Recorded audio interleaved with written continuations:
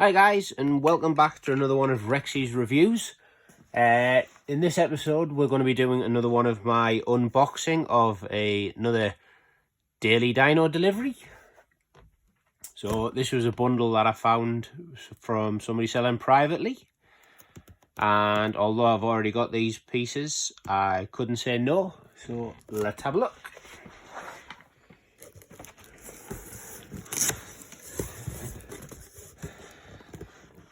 So, first of all,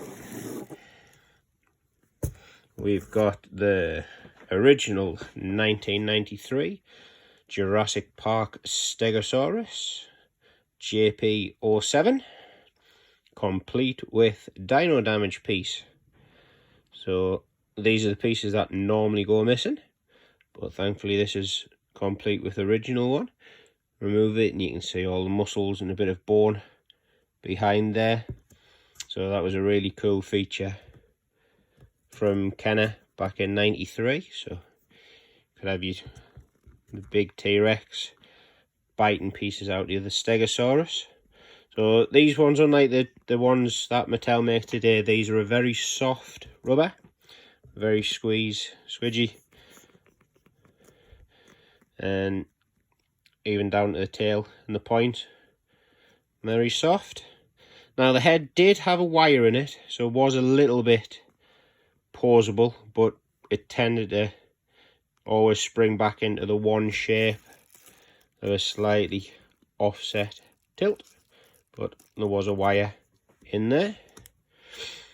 For fairly solid plastic feet from the bottoms of the legs, you can kind of see where it joins onto the rubber, so it made it very stable and very steady for standing up.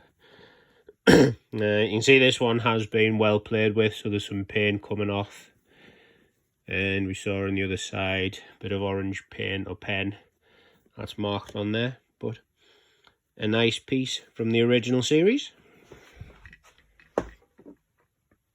And what else have we got? Oh, I think we all know what this is.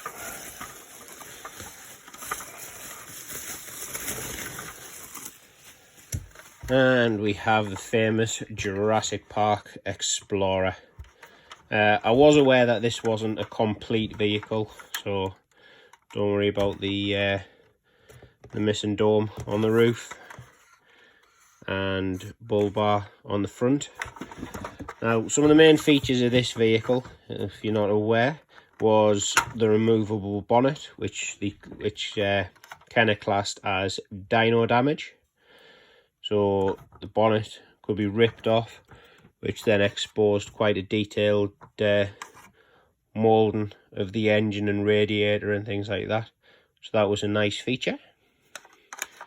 And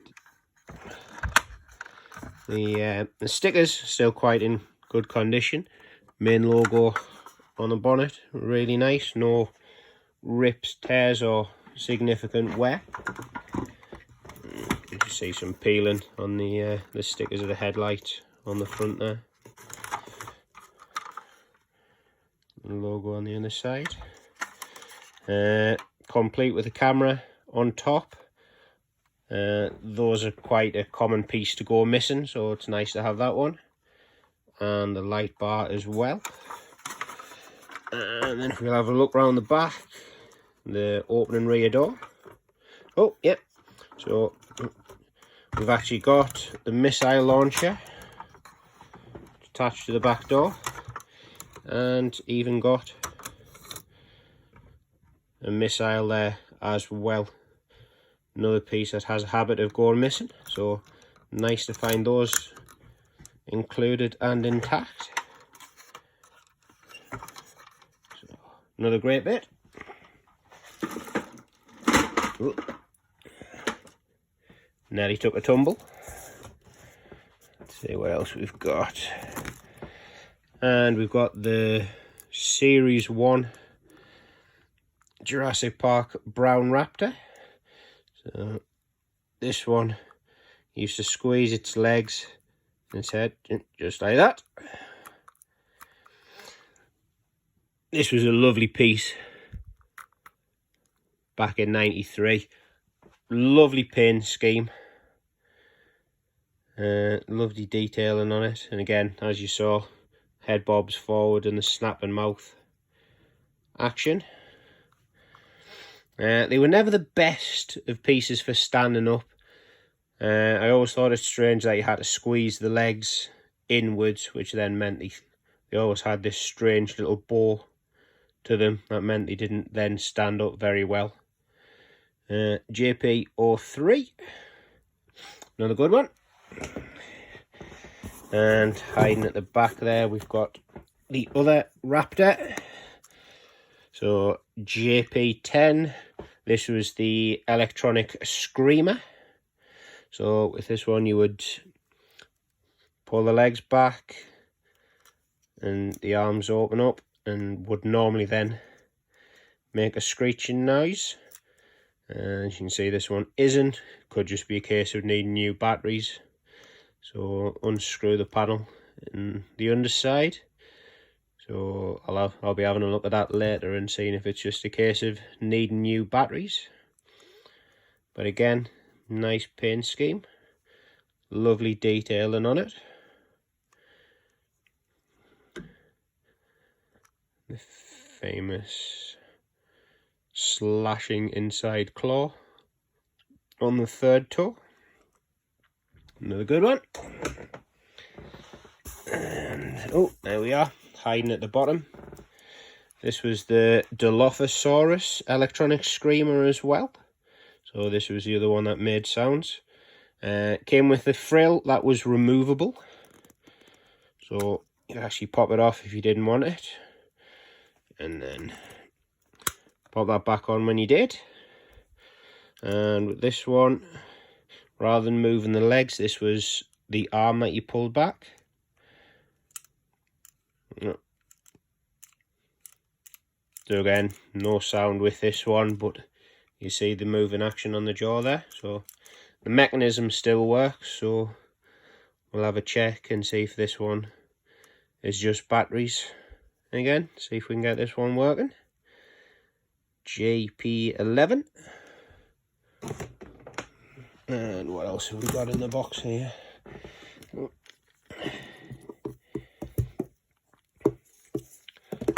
have a look. Oh, big net. So this was actually the net that came with the capture copter that hung on the underside by these.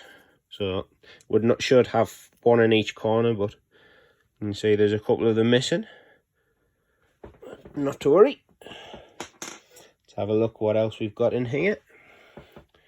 We have got JP01, the Dimetrodon. And again, this had an action where you pushed the back leg and it made the jaw open. So let's have a look. Yeah, there we go. This one wasn't a one with sound. It was just the snap and jaw motion by pushing the back leg. Really nice paint scheme on this one. I was always a big fan of the colours and the paint details on this one, with the yellow spot on the sail there. Really nice. And then all of these are original Series 1 Jurassic Park and JP05 Pteranodon. So this one, button on its back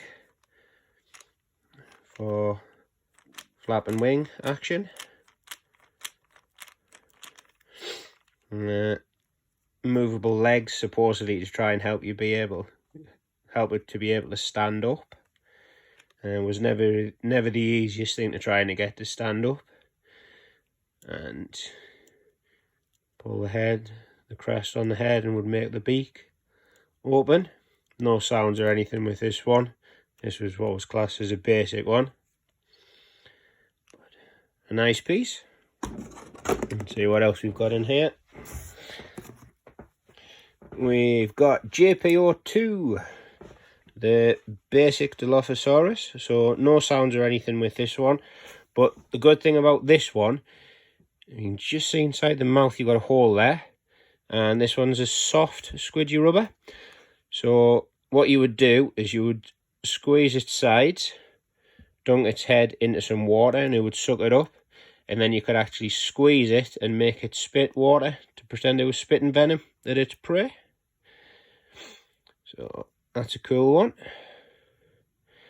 Again, nice paintwork. Different paint scheme to the Screamer that we looked at just before, but again, very nice.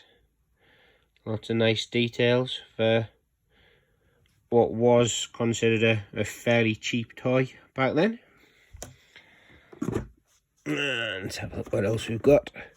And we've got JP04, one of the Coelophysis. Now this did come as a 2 set, so there was this one with the bent crouching legs, and then there was another one that had upright standing legs. Again, very unstable, so had a habit of falling over. You can see this one's actually lost the tip of its tail. The tail would have probably come to about here, similar length to the neck and head. And again, soft rubber, but these had a wire that ran through them, so you could actually bend and pose these ones in different attack poses and have them wrap around people and things like that. Moving arms.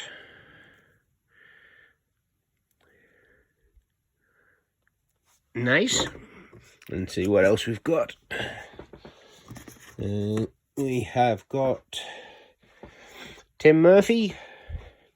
Now, it always puzzled me why they made a Tim, but they never made a Lefty. But I guess that's just going to be one of those mysteries that we ponder forever. And what else have we got? And Alan Grant. For those of you that have watched my earlier unboxing video, we saw that we got an Alan Grant in that one, but that one was missing his hat. This one's complete with hat.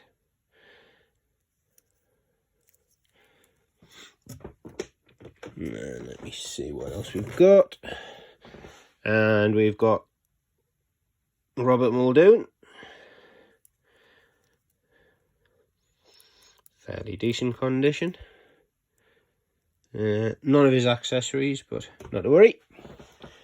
And then we've got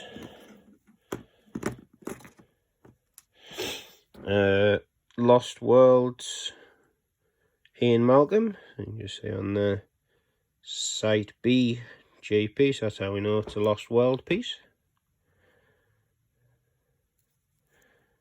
Nice. And then we've got a little mini Dino. So this was the Dino figure that came with Ian Malcolm. This was if memory serves me, I think this was meant to be a T-Rex hatchling that came with him. And what else have we got in here? We've got Tim's Brachiosaurus hatchling. It came with the figure. Put that down there. Oh, so this is the cage that came with Tim and the Brachiosaur. So you pop that in there. It was never the easiest of things to get in. And lock that down. And then you had a baby Brachiosaur ready for transportation. Always puzzled me why Tim came with a cage for the baby Brachiosaur from the first film, when there was no plans for any dinosaurs to be captured, but never mind.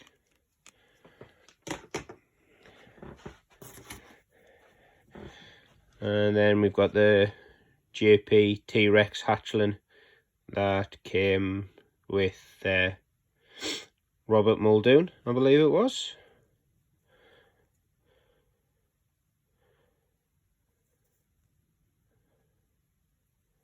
There we go. And we've got a random gun as well. Now, unless I'm mistaken, I don't think this is actually any part of a Jurassic World or Jurassic Park line.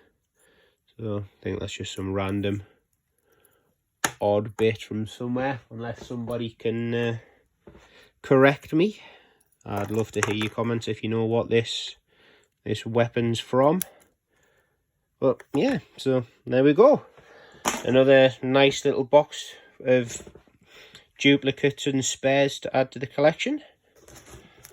So let's get that box out of the way and slide those bits back in. So yeah, there we go. So don't forget to hit the like button, and I'd love to hear your comments and feedback on the videos. And if you like what you see and want to see more, don't forget to hit that subscribe button, and catch us the next time. So thanks for watching, and see you again.